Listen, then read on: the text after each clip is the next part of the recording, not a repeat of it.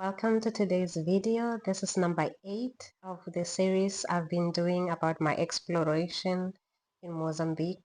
After 10 years of living here, I've learned a thing or two about differences in culture, in language, in most things that I grew up doing or knowing in this country. I've learned that they do them differently, and different is good.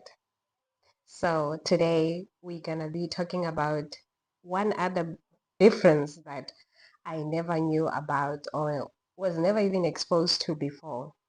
And this is the greetings in the dialects. So we have our usual English, Portuguese here that just says good morning, how are you, and things end there, I'm fine, and the other person is fine, and everything ends there. But when it comes to dialects, it goes way beyond that. And this is what I realized right after visiting the very first time when my husband took me to meet his family in it's the middle Mozambique, central Mozambique. Yes. Um, but I found out that even here in the south, it happens also, but it's only in dialects. You don't find it in Portuguese.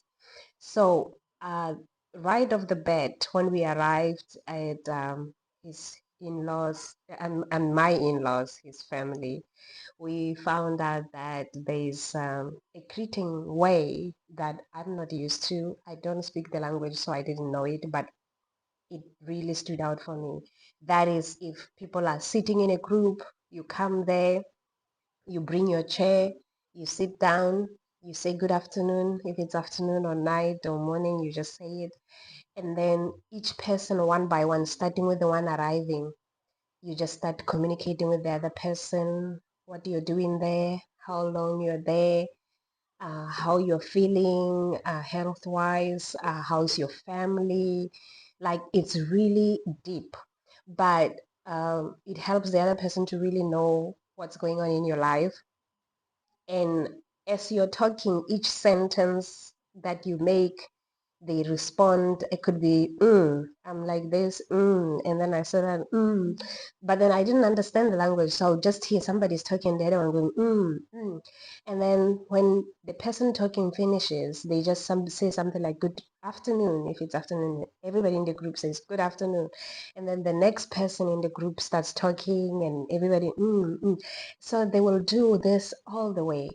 And then also we went for a walk and we bumped into an elderly lady and they recognized each other right away. And then this time we are standing, but this conversation starts again. My husband speaks and she's and then when he finishes, she's also telling and he's So it really got me curious because almost everybody that we are seeing, we haven't seen in a long time, and there's this conversation going on.